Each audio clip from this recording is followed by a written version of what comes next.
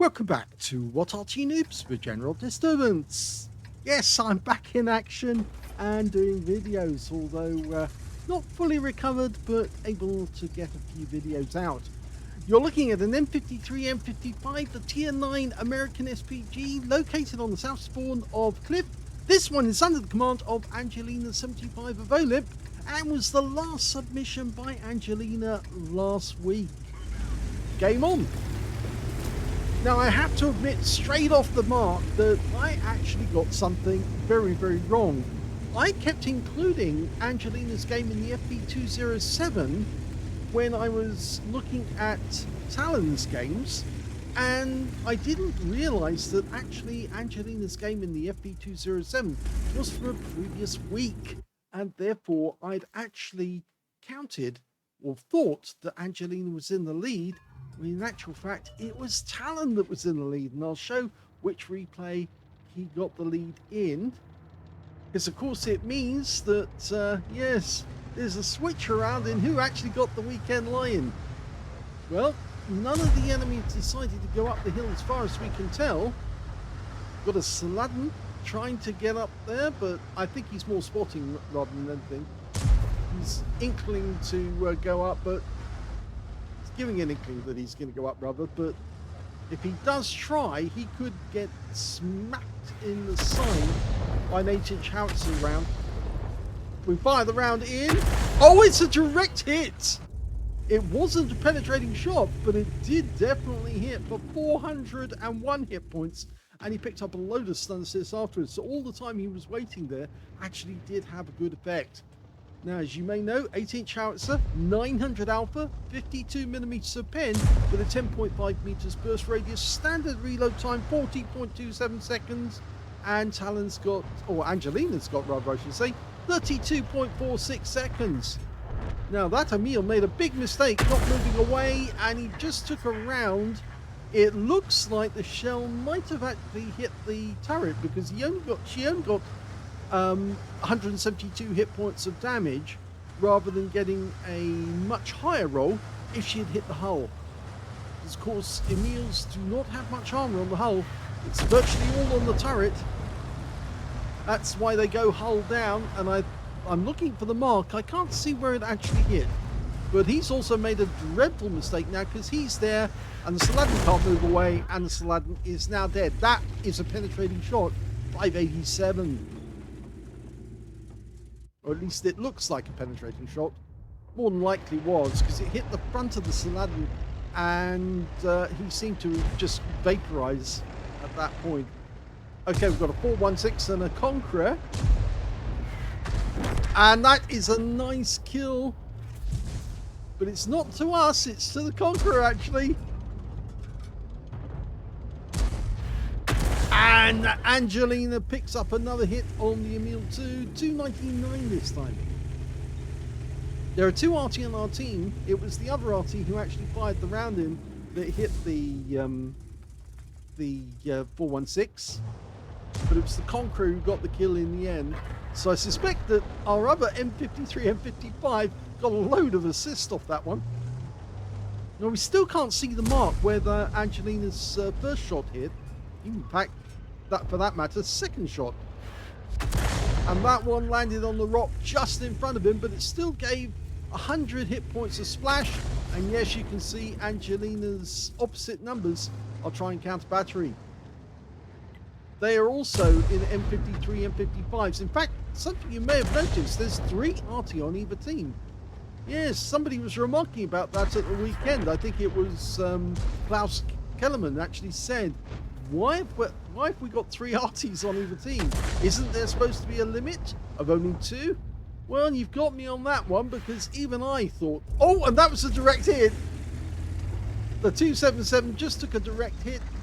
Yes, even I was fooled by that one. I thought, yeah, that's very, very odd that there's 3 Arties on either team, but it's very welcome because it means there's more chance for Arty to get a game, because the longer you're waiting, the more likely that players will say, oh, well, I'll stop trying to get a game in that particular Arty and try a completely different one.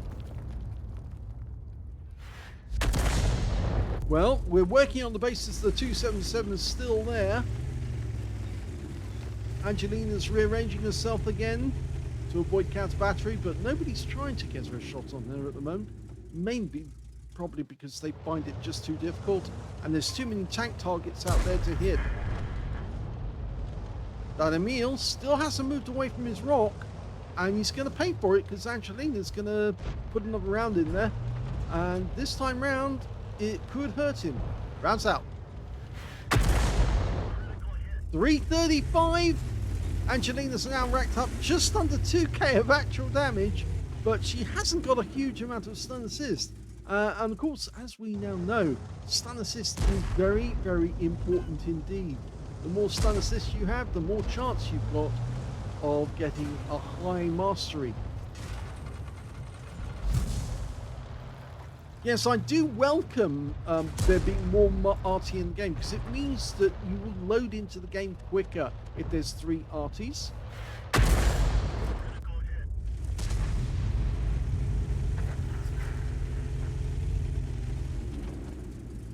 And it looks like our fellow M53, M55 just got the kill on the Emil. So Angelina switched targets now. She was going to go for that BZ-176, but she just found out that she can't get a shot on that corner. Now, I would say the south end of the, or the lower end of the donut, yes, in fact, that's what Angelina's looking at straight away.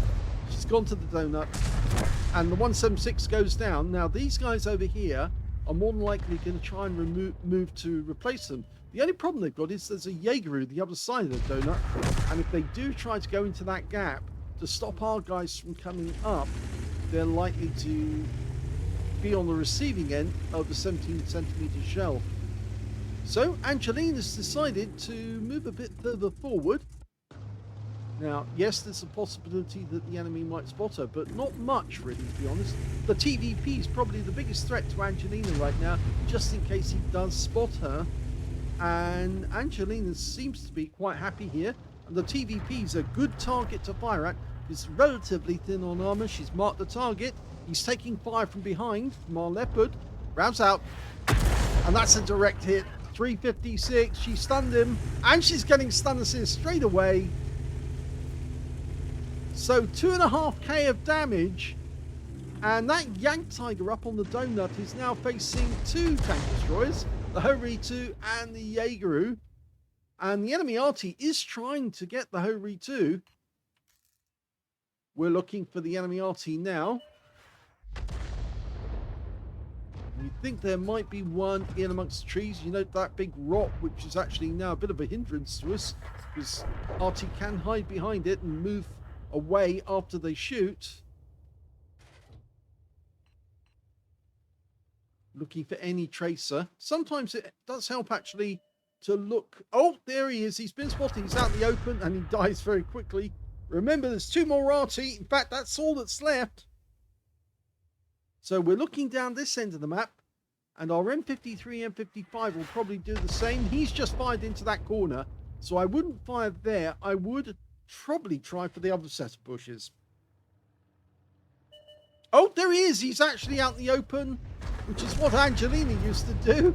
And her shell was true, but the target was already dead. And the other M53 dies to a gunshot from the leopard.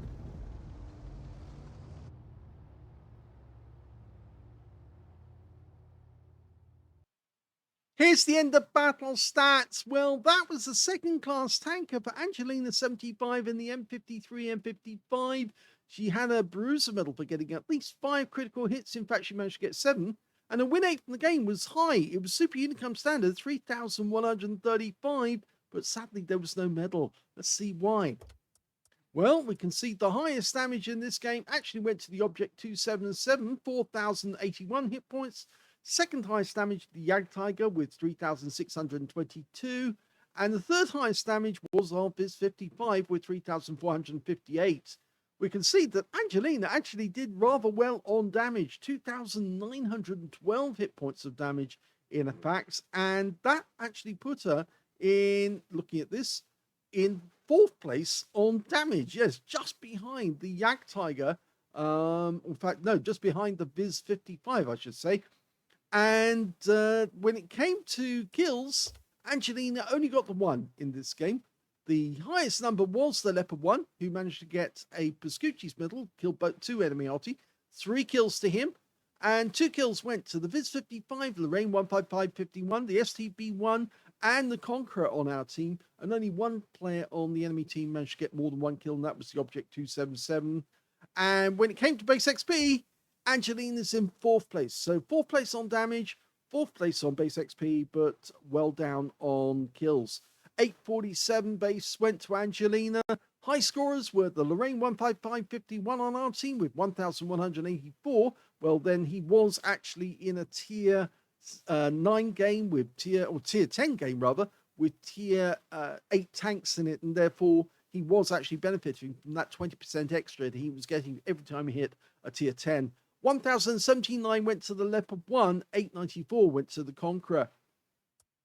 Angelina fired 11 rounds, 8 direct hits, 1 penetrating shot, which I'm pretty sure is that Saladin. She put the shell right on the front of him. Yes, 1,060 hit points of damage earned from that target, but she got that last shot right on the front of him, and of course it just went straight through. 10 enemy vehicles were splashed, 2,912 hit points of damage, all of it at more than 300 meters.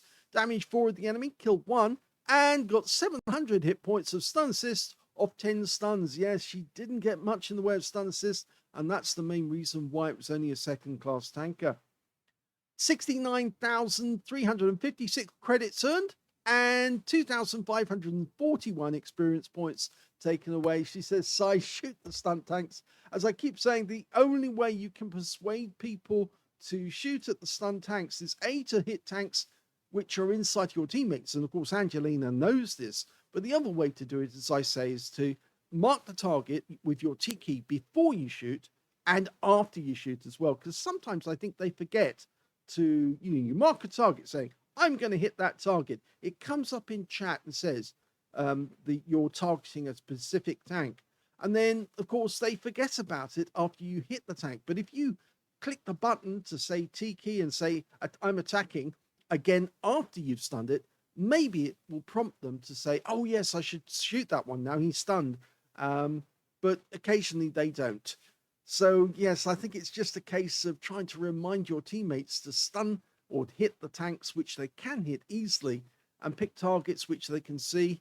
And that seems to work for me, but if it's not working for you, then I think we need to look at exactly which tanks we're going for in the end. Anyway, I did say that we would look and see exactly which games that Talon managed to get the lead in. This was Angelina's previous best game, second class bruiser and a fairly high win rate, not as high as the one she just earned, of course. This is the highest that Angelina managed to get during the week, but that was the previous high. And this was the best game that Talon got. And although it's only a second class, a bruiser and a Confederate, and a fairly low win rate, this actually beats Angelina's score in this one by virtue of the fact that Talon got a medal and Angelina didn't. If Angelina had actually got a medal in that game, she would be the winner. But it's purely the fact that Talon managed to get the medal and Angelina didn't.